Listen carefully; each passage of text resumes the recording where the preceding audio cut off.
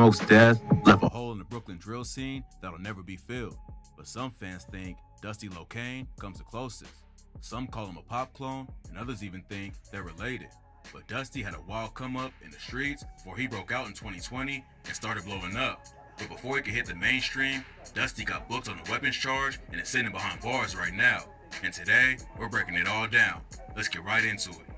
Dusty grew up in the Canarsie neighborhood of Brooklyn, which isn't as wild as some areas of the city. A lot of drill rappers got active in the streets at a young age because they came from broken homes. But Dusty grew up in a good household and didn't have to provide for himself as a kid, but he was still exposed to the streets.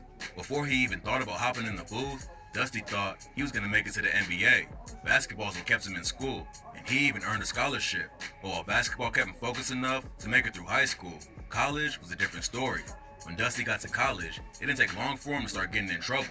His dream of making it to the NBA wasn't enough to keep him disciplined, and he ended up getting kicked out after just one semester. Nah, this nigga Dusty Locane is mad brolic, bro. Yo, he's mad Aki, bro. No funny shit.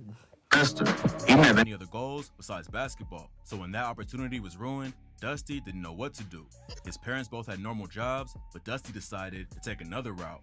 Even though he wasn't active in the streets as a kid, he grew up in the environment and knew how to move. So after college and basketball didn't work out, he went back to Brooklyn and got down with the rolling 60s neighborhood Crips. Dusty knew the consequences that came with the streets, but he didn't expect it to come back on his family too. What's crazy is that his dad was a cop in the city for years, and then he became a detective. After Dusty really got active and his name became known in the trenches, his dad ended up having to retire from the force. Dusty didn't have any long-term plans. He just started hustling to support himself after his basketball dreams were over. But it didn't take long for the streets to catch up to him. After he got booked and had to chill out for a little while, Dusty knew he needed to switch up how he moved. That's when he decided to record his first track, and everything changed.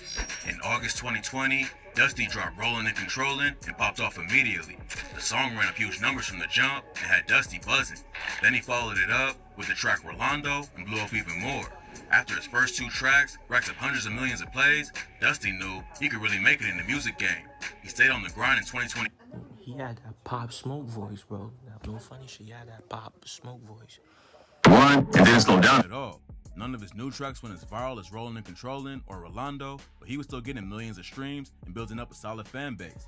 He dropped his debut album later that year. Then in 2022, he dropped a collab tape with Ron Suno, Ross Swish, and On Point like OP. But while he was popping off and becoming one of the hottest new rappers in the Brooklyn drill scene, some people called Dusty out for copying Pop Smoke's style. Before his tragic murder in 2020, Pop Smoke was the biggest artist putting on for Brooklyn. His unique style and deep voice set him apart from everyone else in the game, and he was on the way to becoming a superstar before he was killed. A lot of people accuse Dusty of jacking Pop's style and trying to ride his wave. It's wild how similar their voices are, but that don't just make Dusty a clone. When people first started making accusations, Dusty just laughed it off, but eventually he revealed that him and Pop have a lot more in common than just their voice. Dusty and Pop, I mean, they both come from the same block, you are. both grew up in Canarsie, and they even went to elementary school together and were on the same basketball team. According to Dusty, Pop was always a wild kid who was already smoking Black and Miles back then and getting in trouble. And while basketball kept Dusty in school all the way into college, Pop got kicked off of their elementary team for disrespecting the coach. There was also rumors Pop Smoke and Dusty were actually cousins, but it turns out Dusty just referred to Pop as cuz one time and didn't actually claim they're related, but fans just ran with it. Even though he's been accused of sounding like Pop just to make it in the industry, Dusty told Future's TV, or like when Pop got lit, I didn't try to, yeah, I grew up with him, I know him. I feel like you gotta give people, this his shine, this his time. He told Hip Hop DX he was the biggest to do it. When he dropped that, you can't say nothing. All you gotta say is, cuz, I wish you was still here. If it's another comment besides that, they a hater. Drill fans ain't the only people sending shots at Dusty though. 22G's called him out on social media and accused. Tutu said, I never seen Dusty Locane in Brooklyn, # industry plant.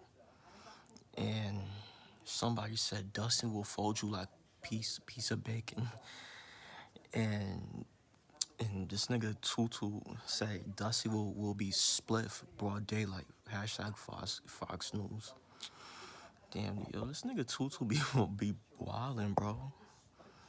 would be in the industry plant because he's never seen him in Brooklyn. But 22 G's and Dusty aren't just rivals in the rap game.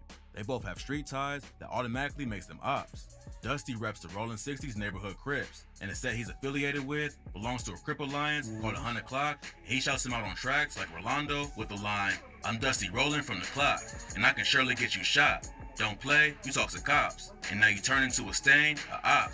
The 100 Clocks are under the umbrella of an even bigger gang called the Woo, which Pop Smoke was also affiliated with. The Woo started out as a crew called Wave Gang, while their rivals, the Chos, used to be called the Hood Stars. Back in the day, both sets were cool and there was no issues, but everything went downhill fast after the cops arrested a ton of members from each side in a case called Operation Tidal Wave. After that, they all started going by the Woos and Chos, and have been at war ever since. Bobby Shmurda is the first Woo rapper who really popped off. He reps GS9, which is a set known for beefing with the Cho gang called the Blickies, which is the same set that 22 G's raps.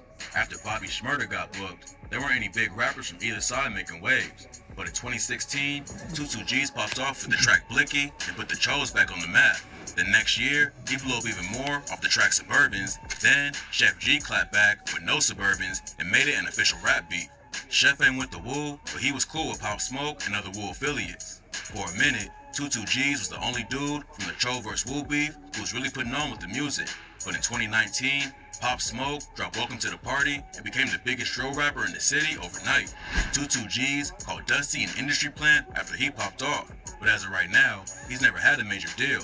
He signed a distribution deal with Empire Records, but he wants to stay independent and have control over his career. And in an interview with the Nocturnal.com, he said, "Getting a team like Bobby and everybody at Empire was definitely a blessing. It took a lot of weight off my shoulders, but at the same time, it gave me the freedom to do as I please, having creative control I believe every artist should have. I'm appreciative for that. This independent work is not a walk in the park.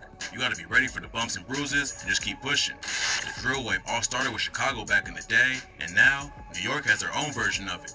It's known for the cold bars, dissing dead ops, and sending shots at the ones who are still alive. But Dusty told Dirty Glove Bastard he wants to switch up his message. According to him, his whole mentality changed since he got back active in the streets. He said back then, it was all about spinning on ops and avoiding the police. But now, it's about motivating and uplifting my You gonna see a change in the music. We still gonna keep it treacherous, but with meaning. Before he got locked up again, you could already hear the change on tracks like Rain, where he said, "And I know you're going through a phase. I'm just praying that you never gonna change." She asked me a question like, "Do I got kids?" I told her, "Got 2 on the way. My baby boy will be here in March. My little girl will be here in May." Dusty also talks about guiding the kids away from making the same mistakes he made.